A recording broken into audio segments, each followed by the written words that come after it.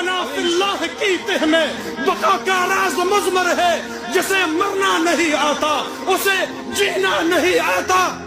وہ مرد نہیں جو ڈر جائے حالات کے خونی منظر سے، جس حال میں جینا مشکل ہو اس حال میں جینا۔ بابری مسجد کے مقام پر چاہے جتنا بھوے مندر قائم ہو جائے، اس ملک کے انصاف پسند لوگ، اس ملک کی عدلیہ، اس ملک کے سیاستداں، اس ملک کی سول سوسائٹی ایک بات یاد رکھے، بابری مسجد وہاں 500 سال سے تھی۔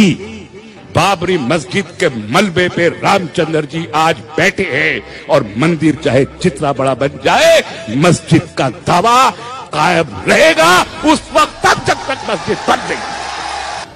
کہ طاہر لاہوتی اس رزق سے موت اچھی، اے طاہر لاہوتی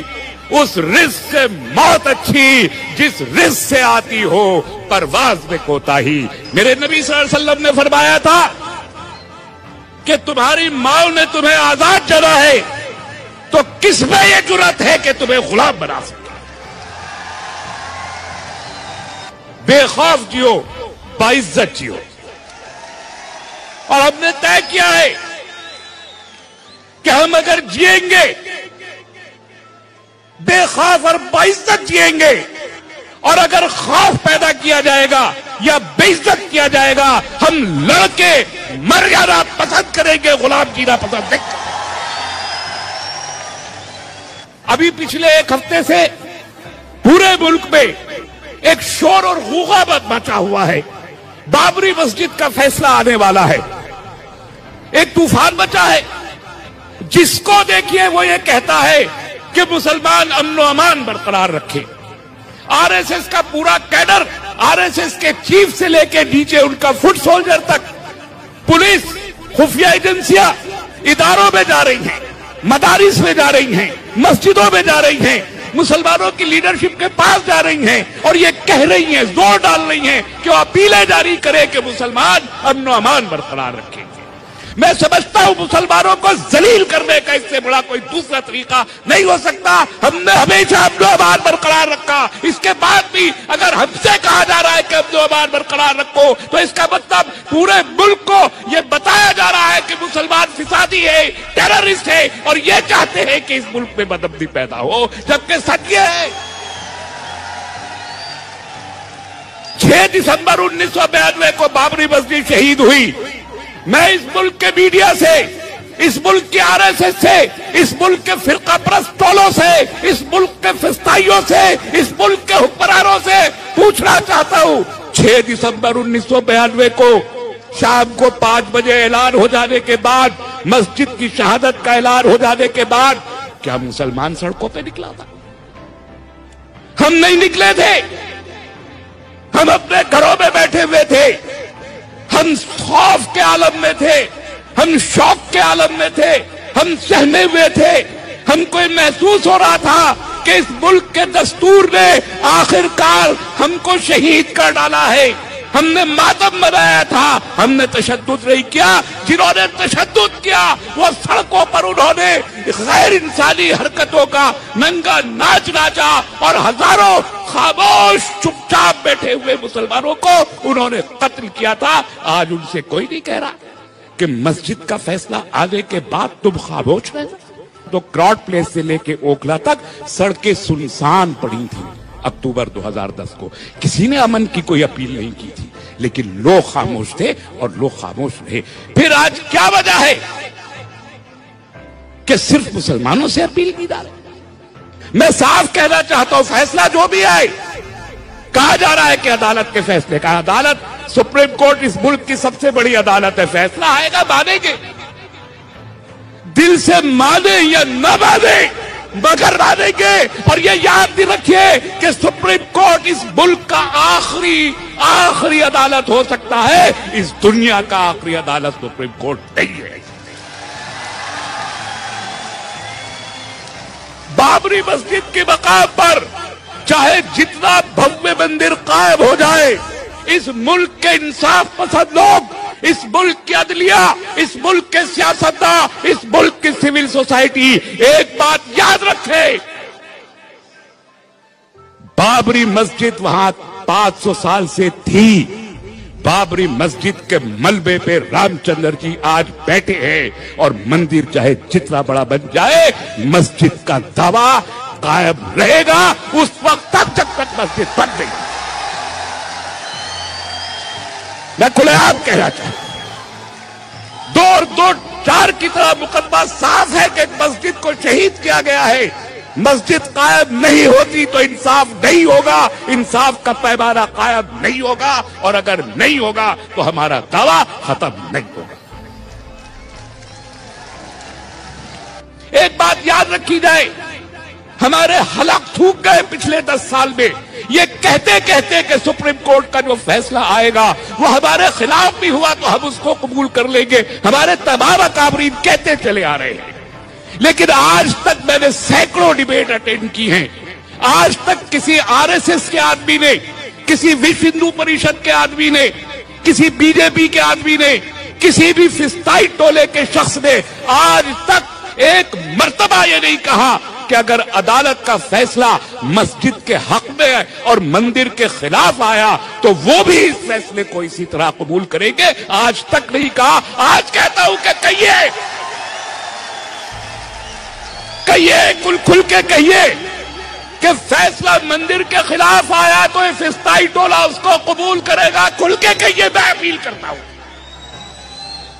آپ نہیں بولنا چاہتے، ہم سے بلوانا چاہتے ہیں۔ انوں میں عقابی روح بیدار ہوتی ہے جب نوجوانوں میں نظر آتی ہے ان کو اپنی منزل آسمانوں میں۔ میرے عزیز طلباء و طالبات، میں کیمپس فرنٹ آف انڈیا کو مبارکباد دیتا ہوں کہ اپنی تشکیل کے 10 سال میں انہوں نے اس ملک کے تعلیمی اداروں میں، یونیورسٹیوں میں، طلباء میں، طالبات میں اور اس ملک کے ایوانان حکومت میں اپنا نقش قائم کیا ہے، اپنی شناخت بنائی ہے، اور یہ ثابت کیا ہے کہ یہاں ایک آلٹرنیٹو آواز موجود ہے جسے بند نہیں کیا جا سکتا۔ عزیزو، عقابی روح کا کیا مطلب ہے؟ عقاب کیا ہوتا ہے؟ عقابی روح کا مطلب یہ ہوتا ہے کہ وہ عقاب جو اپنی غذا